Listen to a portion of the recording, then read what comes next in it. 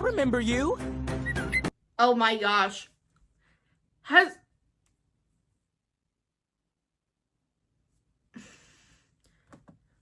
is just living in the school? Actually, that's not the worst idea on planet Earth.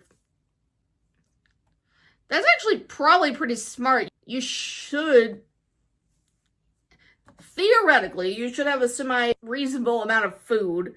You should have access to light and shelter and probably, maybe not clothes, but also these people wear the same clothes all the time. So that should be fine. Maybe showers.